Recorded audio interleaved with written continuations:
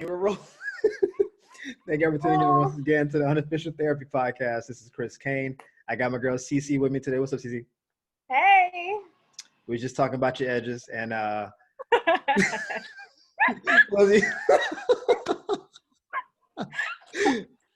just said I just did it to break the ice. They look fine. You know, the camera's far enough away that we can't. Okay. Yeah. Okay. But if I was up on you, I'd be like, "Yo, is it windy out?" And you'd be like, "What?" And I'd be like, "Nothing." Don't worry about it. Oh, come on. I'm like, don't worry about it. So thank you for coming today. We're here mostly to talk about what you got going on right now. And I like to empower people when I can with my limited but growing platform. So Absolutely. Give us a little overview of what you've been working on, what you're about to put out to the market, so we can kind of take it from there. So I have started a natural hair care line. Right now I cater to Locs. So that is my community. We're coming out with 3 products. It's kind of more so geared towards the maintenance of locks. So when I started my locks, there were not a lot of products that were geared towards people with locks. So I kind of spent years like rummaging through forums and YouTube and Google trying to figure out what to do with my hair because I just didn't know. Like I really struggled. And then after, I think I just had a breaking point where I was just like, I've had enough of making homemade remedies. I've had enough. I just had enough. And then COVID hit, and I was just kind of like, something has to change. And like one day it just dawned on me because I was like, people constantly approach me about my hair. They're like, what do you do to your hair? What do you put in your hair? They want to know the secret. They want to know step by step what I do. So I figured out a way that I could try to get that out there to the people. Right. On a bigger scale, and try to, build some kind of generational wealth for me and my son. But yeah.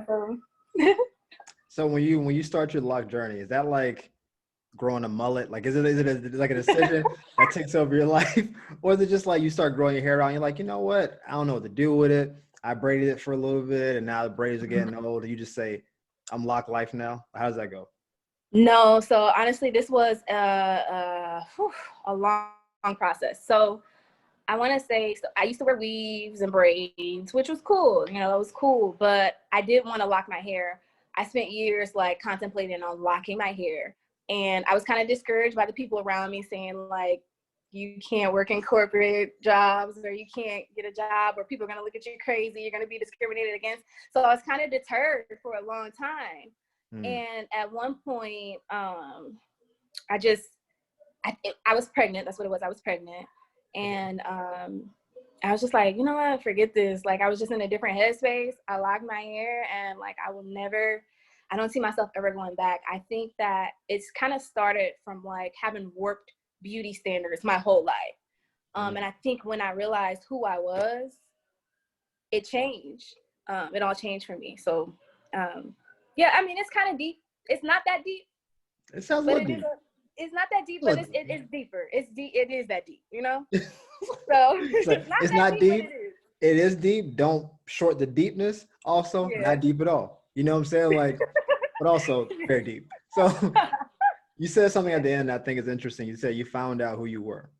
So I'll be remiss if I didn't ask you. Who are you?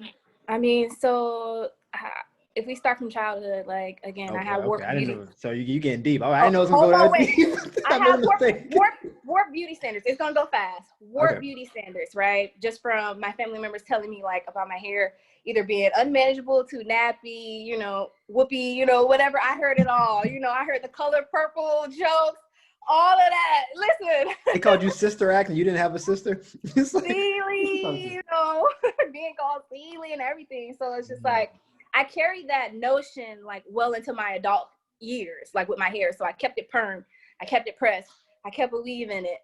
And like I said, I think me being pregnant, it made me realize how divine I really was. Ooh. Like I realized I was divine, right? So I'm like, I need to be in my natural state. And that's kind of just, I guess, what changed. And I will never turn back, I guess. I like divine. That's a powerful word. You was like, see, y'all hating on my whoopiness. I'm And really, listen, Whoopi is royalty. You can say what you want about the Whoopi's hair, but royalty, right? Whoopi got an EGOT. Like she's only one of a few that she's high level. So I appreciate that. All Absolutely. right. So once you decided, I'm going to make these products, I'm going to put this Mm-hmm. out to the world. How did you go about formulating everything? I assume you're not like a hair scientist. So is it just I'm not trial a and error, or I'm you? not a hair scientist, so I spent some years like making home concoctions and trying to just like figure it out. But then I realized real fast. Uh, Hold on, what happened? Okay, I realized real quick that I can't make it myself. I can't formulate it myself. That I would need to hire somebody Mm, who knew about chemistry and everything else that goes into making this stuff.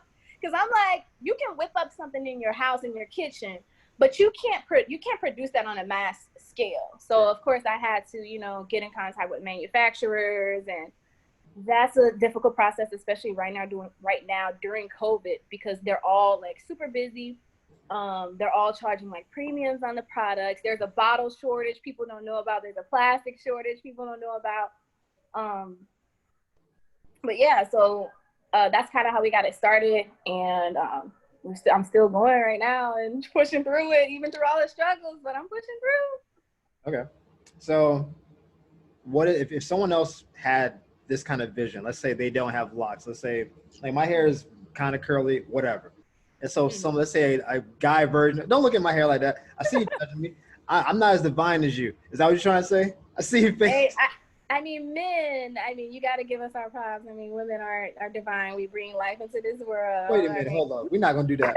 We're not gonna we're not gonna have a we're y'all not gonna have cool. a the real moment on this podcast. We're not Y'all cool. Y'all cool. Y'all provide us the seed, but we are divine. I don't like being relegated to being a farmer. It's like, and then you just gonna move on with your life. Listen, I women are divine. Let's just say that.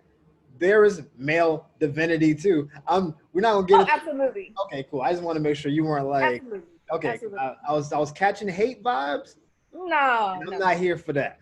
no, no, Not today. Okay. no, no, not at all. Maybe yesterday, but definitely not today. We're not doing that today. So if someone was trying to do a approximation of what you're doing, but like for different hair types, Mhm. what would you caution them on? Because I know a lot of people have maybe colored hair. I know colored hair is a little different than not colored because there's Yep. stuff to it. And people who shave part of their head and then have a style on one side, like Yeah. I'm not a hair guru. I'm Oh, pretty okay. basic, but if someone was trying to get into this realm, what would you advise them to do? Or pick Um, I I would advise them to figure out who their target market is. Figure out, who exactly do you want to use these products. For me, I know that I want people with locks to use these products. However, if you are a loose natural, you can still use these products. Locks are a little bit different in the way that like our hair grows and the way that it's maintained. Now, the good thing about my products is we use natural and organic ingredients. okay. So honestly, it's really good for all hair types. Like I said, I'm catering to people with locks, but it's good for all hair types. Colored hair, color treated hair, it really doesn't matter. So that was something that I felt like was really important, because I was making, like I said, products in my kitchen, trying to make them natural, trying to do this, trying to do that. But that was one thing that was really important to me: non-toxic ingredients, organic, natural.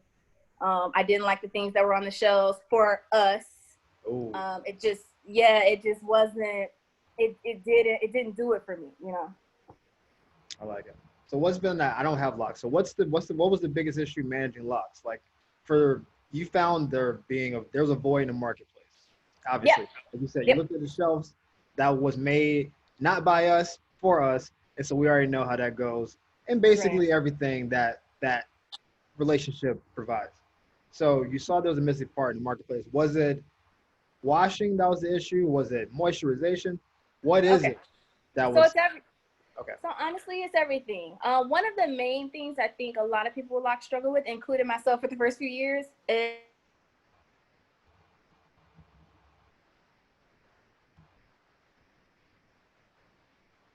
Make her video pause momentarily.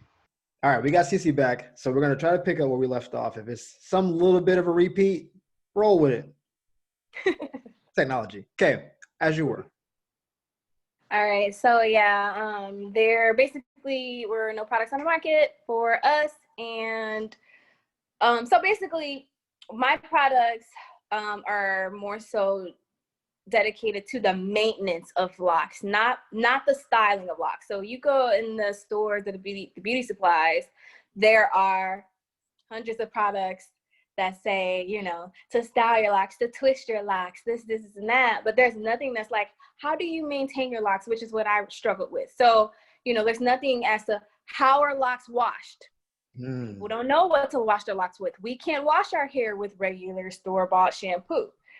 People don't know what to condition their hair with. We can't use regular conditioner that, most loose naturals use. We can't use that. It causes product buildup. That's one thing that my cleanser is going to tackle is the product buildup. That's something that I struggle with for so long.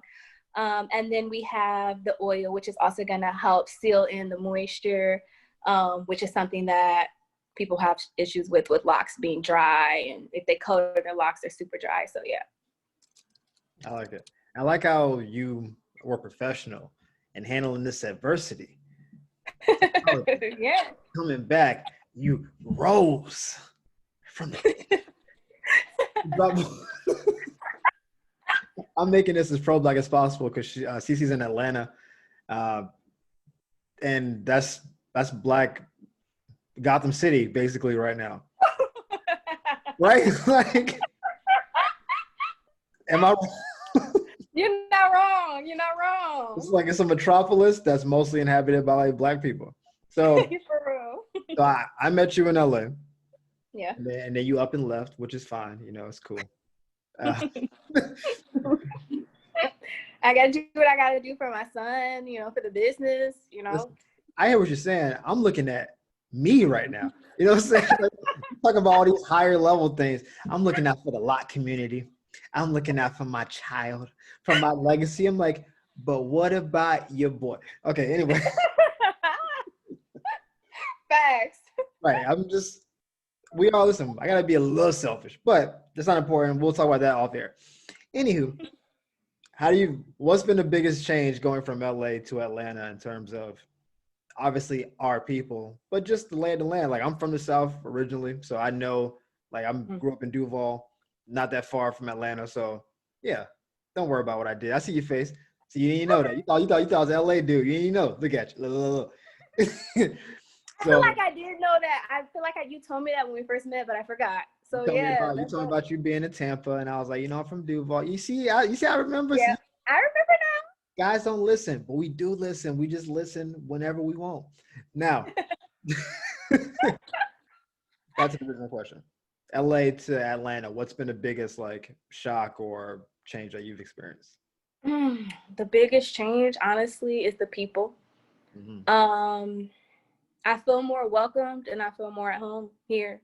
I have family and friends here, and I seem to have good problems. Like, from the second that I touched down, I had good problems. So, like, I had cousins and I had friends that were like, no, you can stay at my house. And I'm like, no, you can stay at my house. Like, they're letting me drive their car. They're like, you can drive my car. I'm just like, I don't have these type of problems in LA, like good problems. Like, the type of problems I have in LA are like some deep stuff, So I think that just having that support, I didn't have that in LA. LA was kind of just like a spur of the moment, finding myself thing.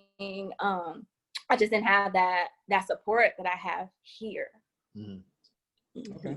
Listen, Atlanta's mad supportive. We joked off air, but it is what it is. I always feel very welcome in Atlanta, but not by the people I want to be welcomed by. Like, I'd be catching attention that I'm not here looking for. I'm here wearing sweats and being all bummy, and I'd be getting catcalled. Yeah, you can't wear sweats to Atlanta. When you come off the plane, you need to like wear like some loose fitted bootcut jeans. Well, I need to.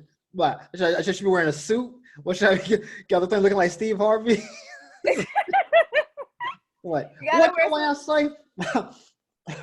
Listen, you know to deal with the sweats. Come on now. But it's not even like those sweats. It's like gym sweats. They're not gray sweats and Nike slides. I know what that Hey. means.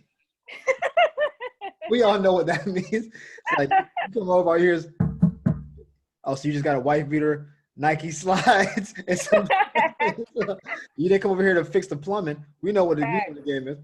No, I wear like a regular gym shirt, black sweats, a little taper, whatever. I'm not bragging. And like some regular shoes, and it's just be like, when you find back, I'm like, hey fam. I didn't ask for this. I didn't ask for this. I didn't ask for any of this. I'm trying to get to where I'm trying to get to. I'm usually, because I always stop in Atlanta to get to a second stop. I never like stay. So I'm like, hey man, can you just speed this along so I can get my carry on and we can just. Wait, so you've never like been in Atlanta outside of the airport? I've been in Atlanta when I was younger. Before I didn't get catcalled at 13. When I was younger, I would go to like Six Flags and like areas around Atlanta and that kind of stuff. But as an adult, I only fly in and get out of Atlanta. I have business in Atlanta, so I don't have any reason to be there. But when I am there, it's a rough one. Let me tell you, like I be in there looking like a girl who's just too big for it. I got big shades on. I got a scarf like Cam Newton pulled down. Like, not today. Not today. Yes, I see camera phones come out. Please, guys, no pictures. Not today. Not today. My beard's all over the place. I just don't need what I'm getting right now. I appreciate it. Thank you for my ego boost. You can move on. Oh, that's so funny. It's not. It's funny as an outside viewer. Like if you were watching me go through that, it would be hilarious. Just like if I was watching you in the club getting picked up on, Nah, come on. What you mean? Come on. I just confided in you. That's not the same. It is kind of the same in terms of it being funny to me. If I saw a girl who we both know raps just based on her attire, walking up on you, just being like, "Yo, man, I'm about to spit a freestyle for you," and you're like, "I didn't ask for any voice line." And she just starts dropping a bar for you. It's like, I came over here to holler at you. You're like, nah, hold up, give me, check, please. I'm sorry. Did I give off the wrong vibes? I got. When I first met you, like I feel like I was giving you like so much material. Like I was like, I had to watch what I said around you because I'm like, you're gonna use that, aren't you? No, you don't have to listen. Just lean into it. Why would you govern yourself? It's like, here, I'm here for the free flow and open communication. I didn't govern myself at all around you. I said what I said. And if you use it in your future commercials or ads, like I met this one dude in LA, I wouldn't be like, I should have never told her that. I'm just gonna laugh at the content. I want you to be open. Say what you say. If it's funny, I'm gonna use it. It's what it is. I see what it is. Like the only thing I remember is like not like comically, but like you mentioned like Tampa, and I hate Tampa. Everybody knows this. I've been very outside the city of Tampa. They know it, and I know it. So I don't even mess with them. I go to Tampa to get on a cruise ship, and I leave, and I get back, and I get the hell out of Tampa. What was the hate about Tampa though? I don't remember. We can get back in this bag, want to. This should stress you out. Yeah. So first and foremost, I went to UCF. Yep. So I'm an Orlando guy, whatever. And USF, our rival, is in Tampa. So that's the first thing. And during football games, they are the just dirtiest. Oh my God. Bro, I don't mess with them. The city itself feels like Bourbon Street, but like the city. It felt dirty. I'm like, look at all these bars and strip clubs. These guys are disgusting. He came in. That's true. That's true. They're everywhere. And then obviously, like I'm there to do cruises, but cruises invite the worst of people. Like we don't send our best and brightest on cruises. There's people with their mouth open wearing like flamingo and pineapple shirts. Is this where the boat is? And it's obviously a dock. Look at it. There's 12 boats here. Hey, are we in the right place? going on here? Like, it's just, Oh my goodness. Shut up. No, that's facts. So I feel that. But let me just say, I am not from Tampa. I lived in Tampa for like 4 you're from years. St. I'm Louis. from St. Louis, right? Yeah, yeah. You see, I remember all this. You gotta give me. Yeah. Let me get that out there. Yeah, I'm not defending Tampa at all, but I'm shocked to hear you like have such a disdain for it. That's real. I've lived in Florida most of my whole life, and I lived all around the state, like Duval, Gainesville, Orlando, Miami. I've been around. Yeah. What brings out the worst in me? It's like, oh man, I see. Let's change the subject because I feel like I hit a nerve. Let's not do that. But here's the thing, it's funny because the whole point of this little like diatribe we're on now is that you were like, I gotta watch what I say, but I don't remember that being like a bad part. I remember actually having a very good time. We did. No, we had a great time. I say that more so in a joking way. Like, okay. I'm like, because I like everything I said, like, you were like, yeah, like, mental note. it comes in the factory up there. And I'm just like, let me do a joke. Yeah. I'm always looking to call something back. I'm like, that's the comic in me, but you're laughing. Yeah, that's true. You're laughing, which is good because I want you to smile. I want you to have a good time. And I want you to see the divinity of a man. Ooh, let's get on that. Let's get on that then. Listen, we're here for it now, especially during this time. Like there's society maybe at large. We can say it maybe that big. I think they want to suppress what I am and what you are. Yep. That's kind of what the country was built on. Yep. Generally, the society that we kind of coexist in. That's just not what they play. They don't place value on what that is. They place value on what we produce, right? So they love like what you're doing. Oh, we got a Black entrepreneur out here living like they'll big that up, and then not support the business though. Yep. Mm-hmm. So it's like they're doing that now. Mm-hmm. So I want to be seen as someone shouting you out, not support it. I want to talk about how we're not afraid of Black men, and then perpetrate things that say the opposite, right? So like you said, you found out who you were. Mm-hmm. I think I can't speak for all Black men. I can barely speak for myself. Outside of Tampa, I got nothing else. No.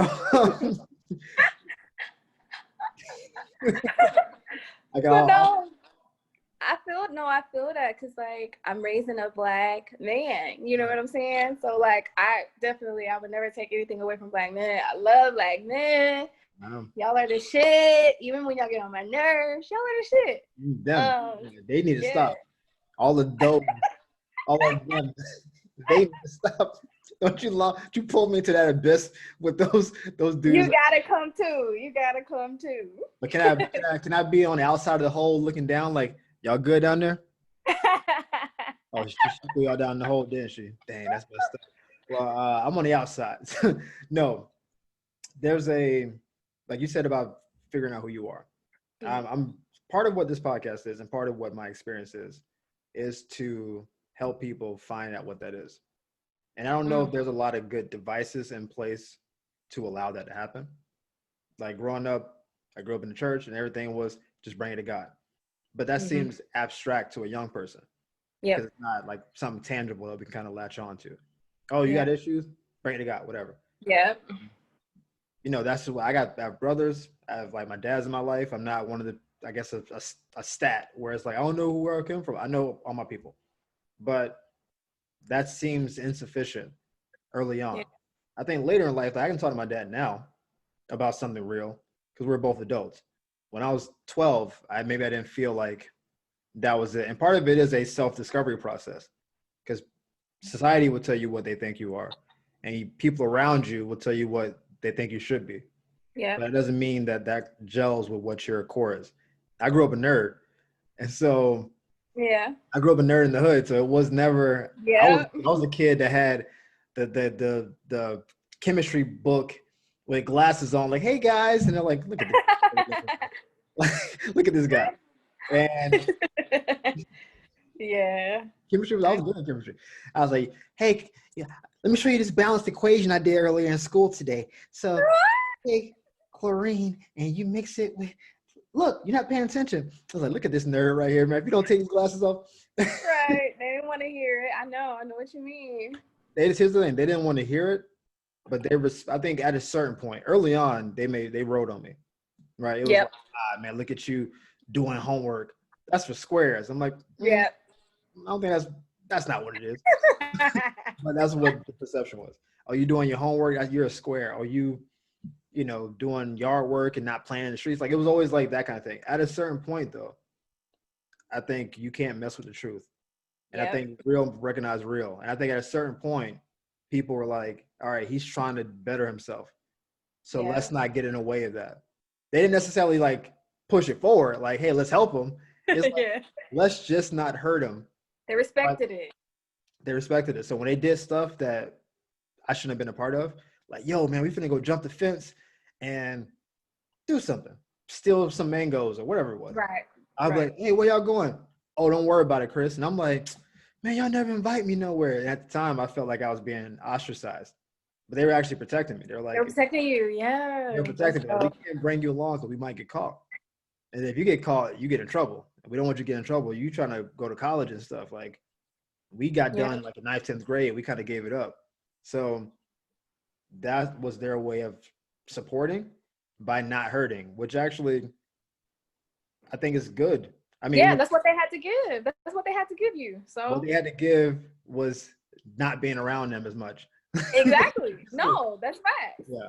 I appreciate that. But since we were talking about you were saying earlier like about not suppressing who you were and stuff like that, I felt like that was me for a long time. I was suppressing who I was, and I feel like they, or the powers that be, or whoever, the man, whatever you want to call it, they've used our hair as a tool of oppression.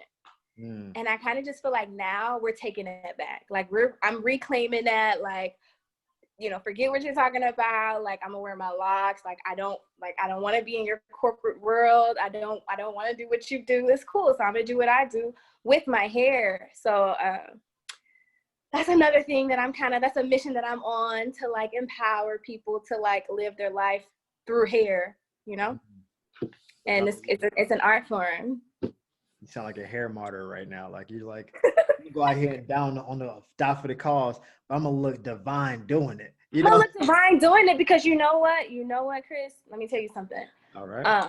When you look good, you do good. I mean, you feel good. When you look good, you feel good, right?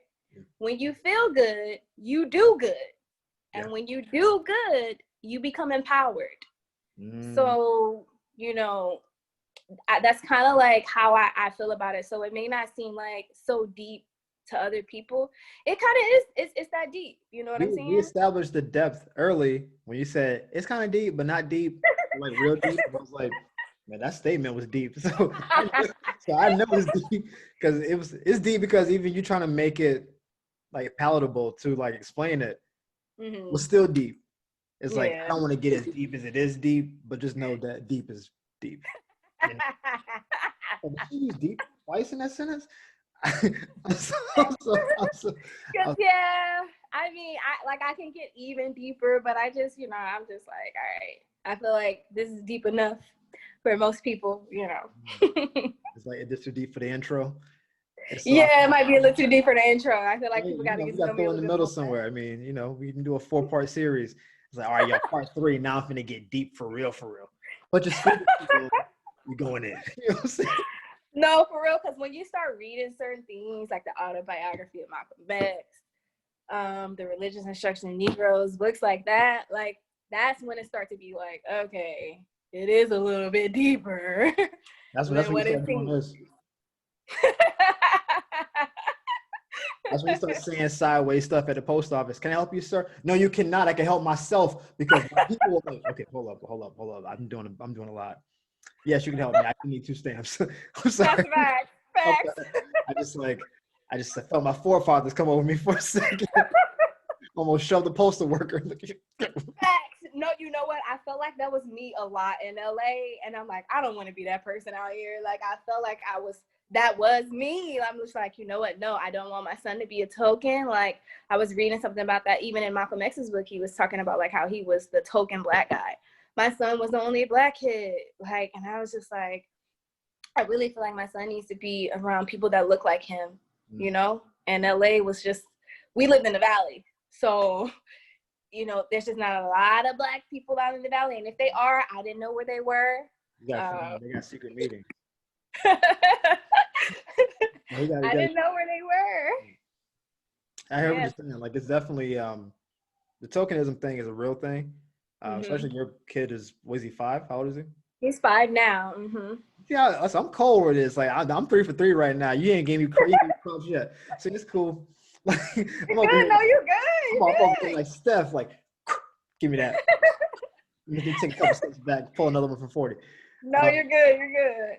I remember. But growing up, there are a lot of times when I was like the only Black kid in something, and I remember something would happen with, like, maybe on TV or whatever, involving someone Black, and then people would look to me to gauge how they should react to what that was. Yes. Like, yeah. Chris okay with this? Oh, he laughed? Okay, can we laugh? Oh, cool. Yes. I wanted to laugh, but I didn't want to offend Chris. And at a certain point, I had to start telling people, I'm not the arbiter of what's Black. We're not a monolith. I can't speak for everybody. I speak for myself. I think for myself. I'm nuanced in a lot of opinions. If you want to know how I feel, ask me. That's cool. But don't ask me to speak for the masses. That's not a power that's been bestowed upon me. But what I can do is try to speak to the masses with my platform and with my voice. And that's what I try to do. And you see that bar? Ooh, that felt good when it came out too. You always know when you dropping something. I was like, like if I had my drink in my hand, I would have been like, you say something cool and turn away, like let's say I'm talking to you in a bar and you're like I'm tired of all these men. It's like, yeah, me too. That's why I left them all behind.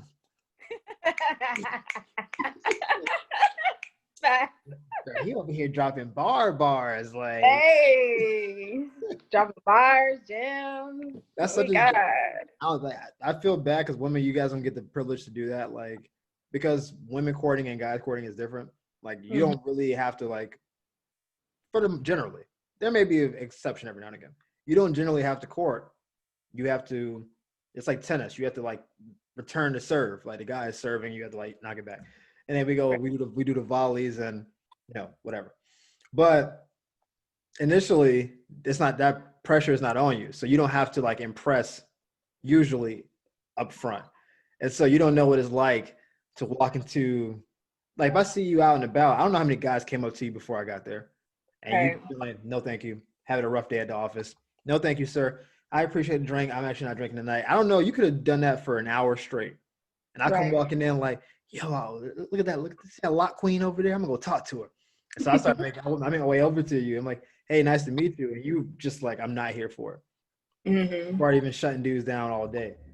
And to get past that, like, moat that you put between me and you by just dropping a little line that, like, resonates, you're like, all right, maybe he's different. And then you open and you, like, say you, like, extend a bridge over that moat and I get to walk into the castle like, oh my God. Is that marble? Like, look, are those marble countertops?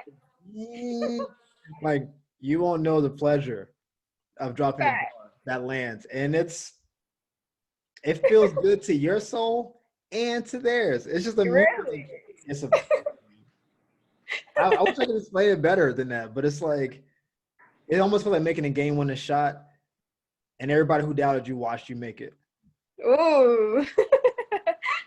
Because maybe y'all don't see this. When a guy is trying to talk to a girl, like in a bar or a club or something like that, other dudes are watching to see how that interaction goes. Like, oh man, this guy making a move. Right. Like, guys are always watching other guys to see, like, nah, I mean, he got cool hair, but he ain't that cool. He ain't that good looking. Nah, she's like, we saying this like on the low to ourselves, like, he can't pull that girl. And I walk over to you, like, hey, nice to meet you. He's like, look at her, like, he probably finna buy her a drink. And then I don't. You're like, oh, he's still over there. And they're watching the whole thing go down. So if I start talking to you and you're kind of like, and then 2 minutes later you turn, you're laughing, and you do the little, you so loud. Right. Yo, man, she touched his shoulder, son. Oh man, shoulder. You might be in here right now.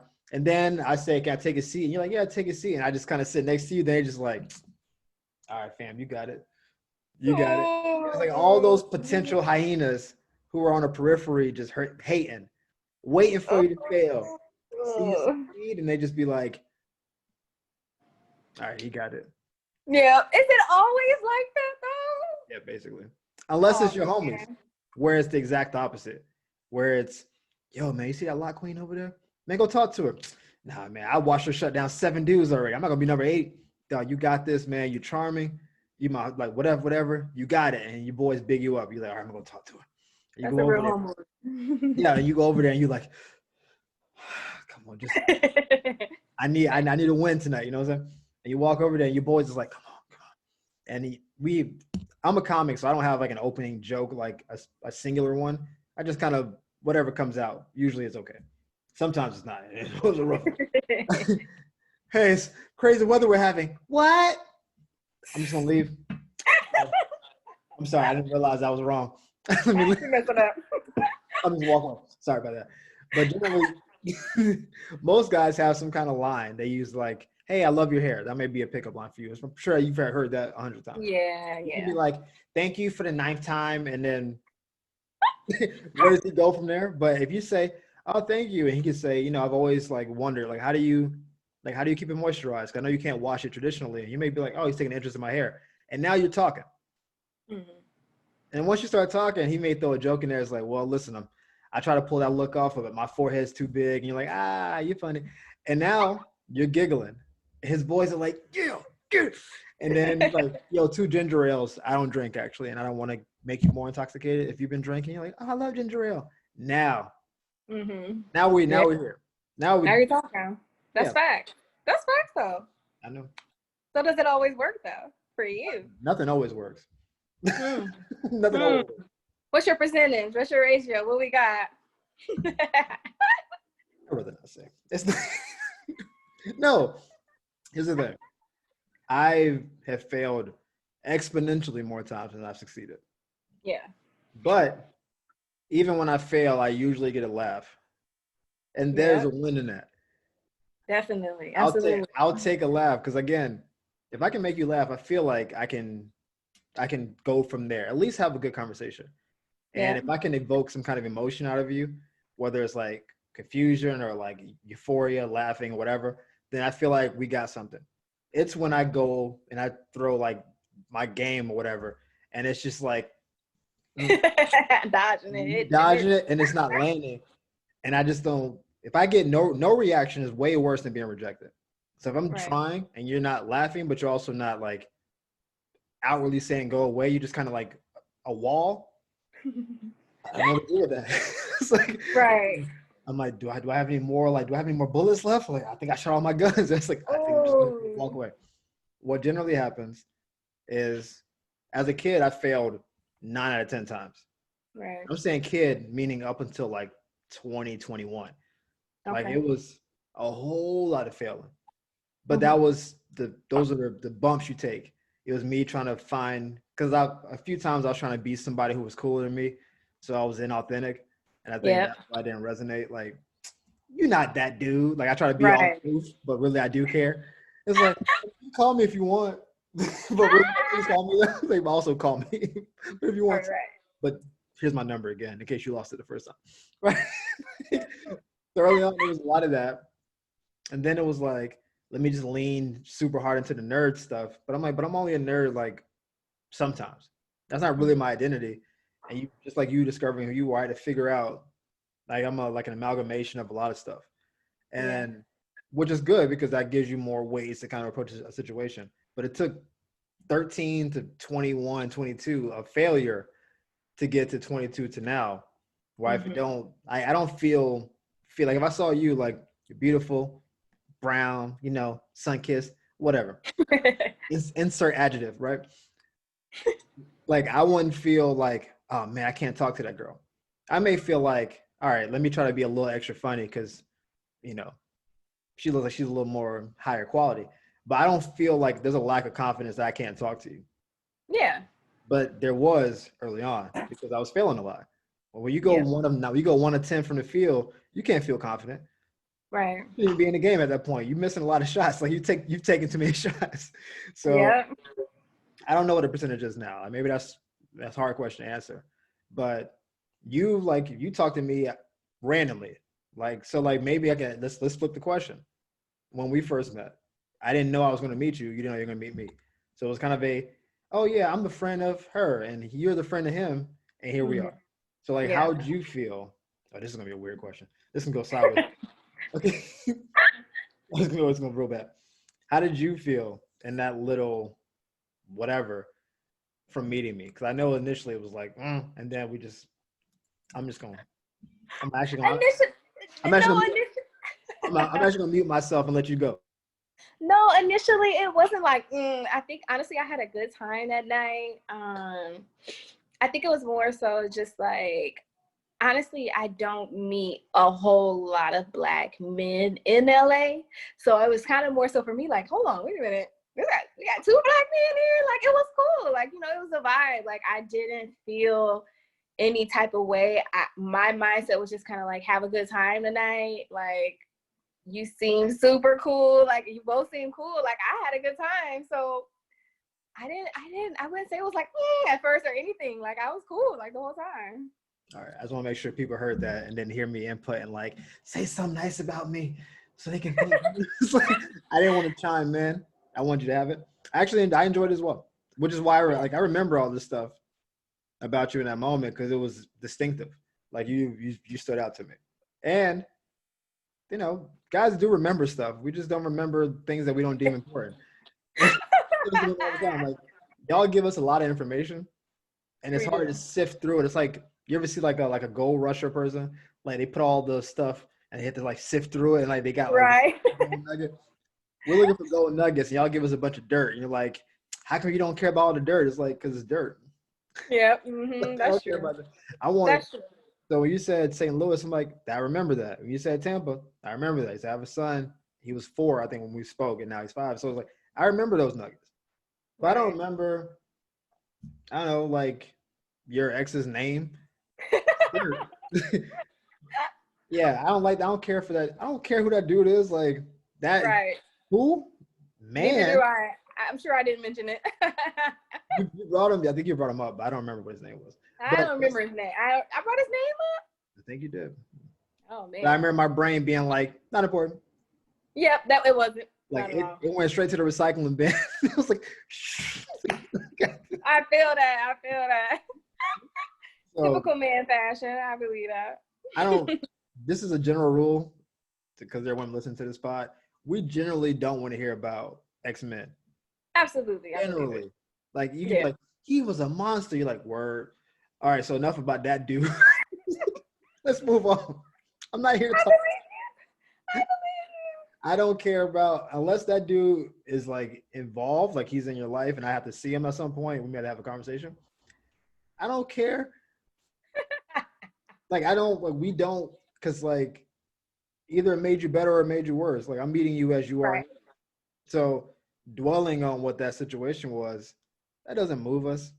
Like it's just like I don't even bring up exes when I talk to women. I don't. What am I gonna say to you?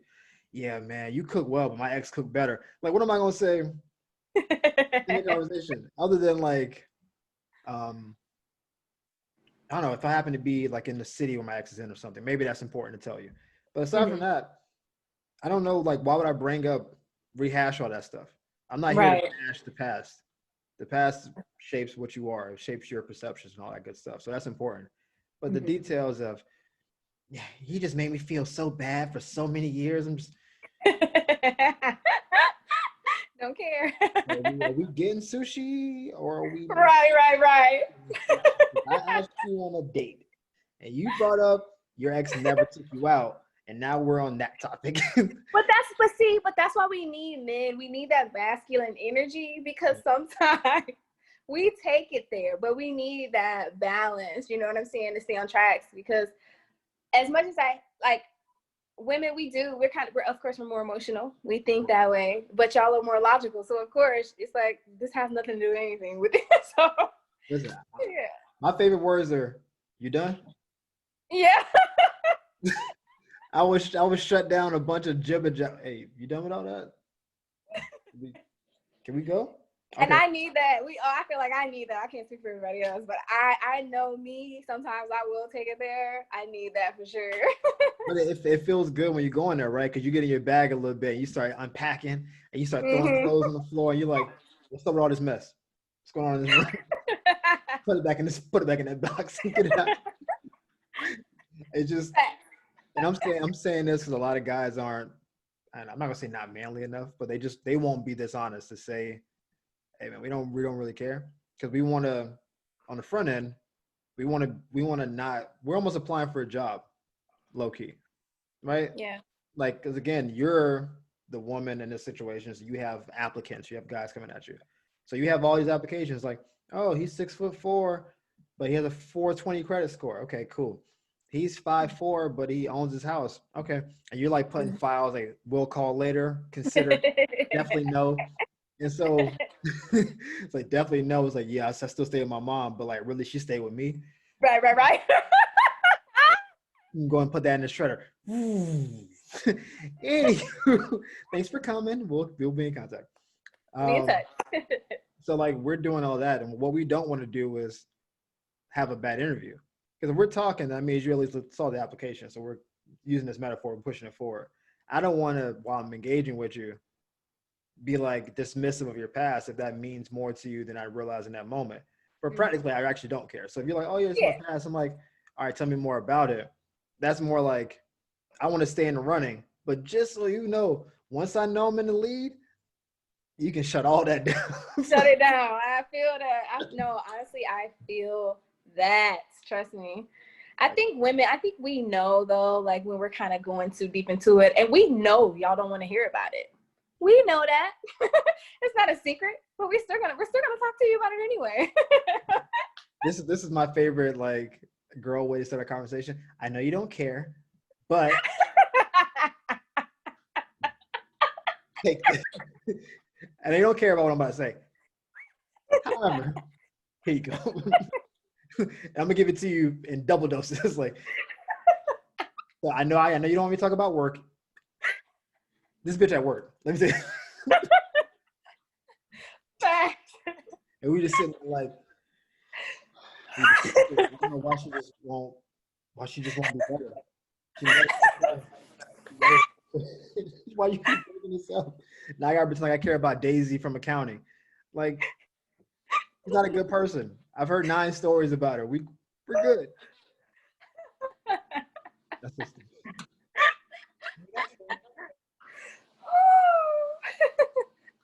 I can tell you said that a handful of times because that hit you in a good healthy place. He was like, "Yeah, It did. I just said that."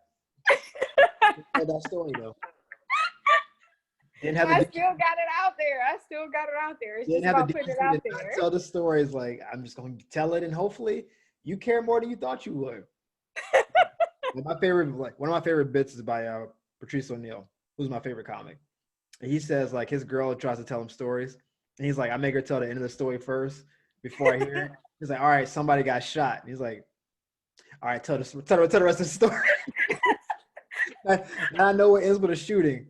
You can back up. Like, Okay. if you tell I me this, like that. you tell me the story ends with you getting margaritas with your girl, I'm not here for it. I was so sad I went and got margaritas. The end. I'm like,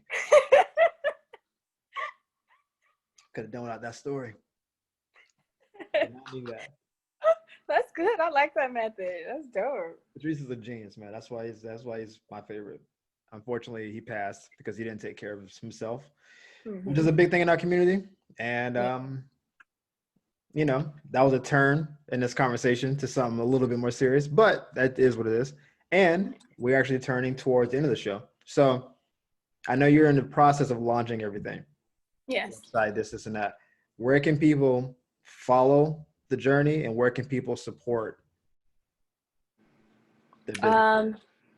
Well, they can go to our website, kaielements.com. It's going to be launching the full website will be launching on the 11th.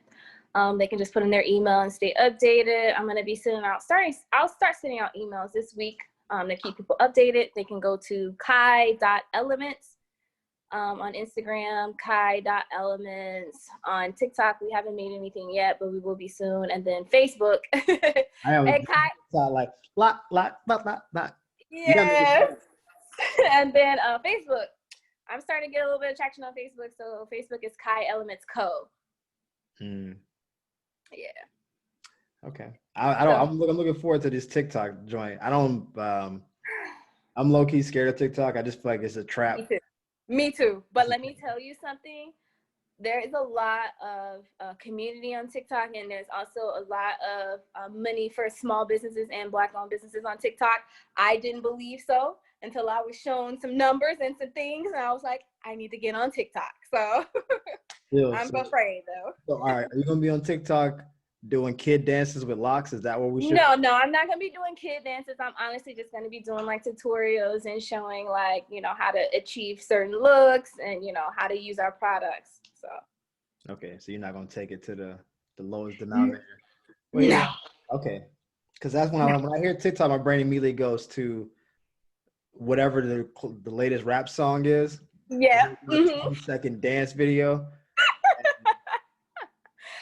Fortunately, our hashtag, like the Locs hashtags in that community, is a little bit different. You see a little bit of that, but you see a lot of useful, good stuff on there. So. Okay. Just want to make this. I'm just looking out. Yeah, trust me. I felt the same way about TikTok, but I'm starting to feel a little bit different about it now. So.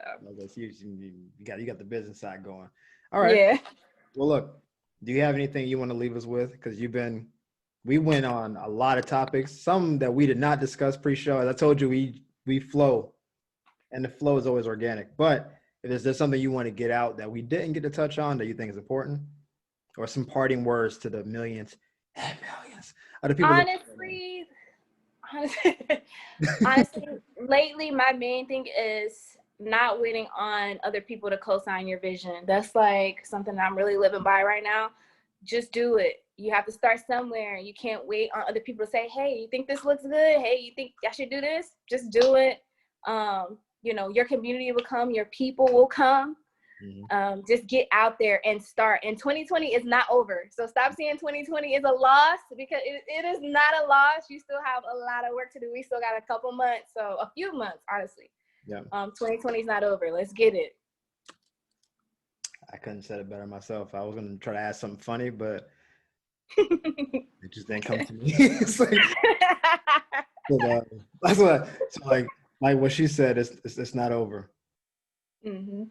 Yeah, like I was thinking like some kind of P. Diddy reference.